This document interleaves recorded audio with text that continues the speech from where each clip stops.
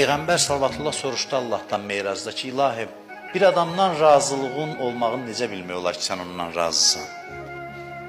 Allah buyurdu ki, ona 3 şey verərəm kimdən razı olsam. 3 şey verərəm.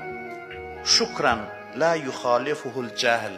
Ona elə bir şükür verərəm, həmişə şükür halında olar. Özü də agahlıq üzündən şükür eləyər. Bilər nemətin sahibi kimdir?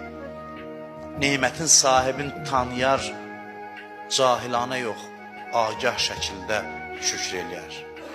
Bilərəkdən şükür eləyər. Vaxt yoxdur bunları şərh eləməyə. Sonra buyurur ki, zikrən la yuxalifuhun nisyan. Elə bir zikir verərəm ona, həmişə mən yadında olaram, bir an unutmaz məni.